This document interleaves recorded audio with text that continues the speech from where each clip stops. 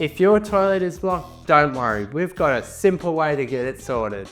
We'll take your toilet from a blockage to flowing freely in no time. Hi, I'm Jake, and this is how to unblock a toilet. Let's get into it. If your toilet is full, try to remove some of the excess water. Use a small container or cup so there's enough space for the plunger to work properly. Now, grab your plunger. The best plunger for a toilet has a rubber flange, which helps create a good seal. Place the plunger over the drain hole at the bottom of the toilet bowl, making sure it's fully covered.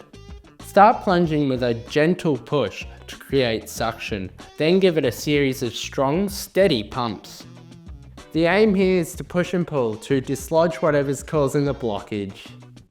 After a few plunges, remove your plunger and check the water level to see if it has gone down.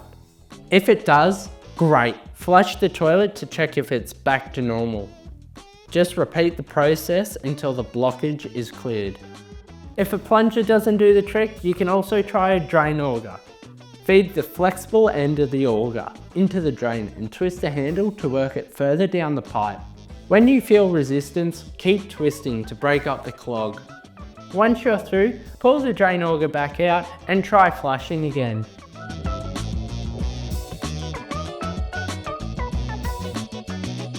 And there you have it. With these simple steps, your toilet should be back to normal. And you can relax knowing you've tackled the problem like a pro. If you've liked this video, make sure to check out our other instructional guides. We've got plenty of DIY advice online to help tackle your next project with confidence.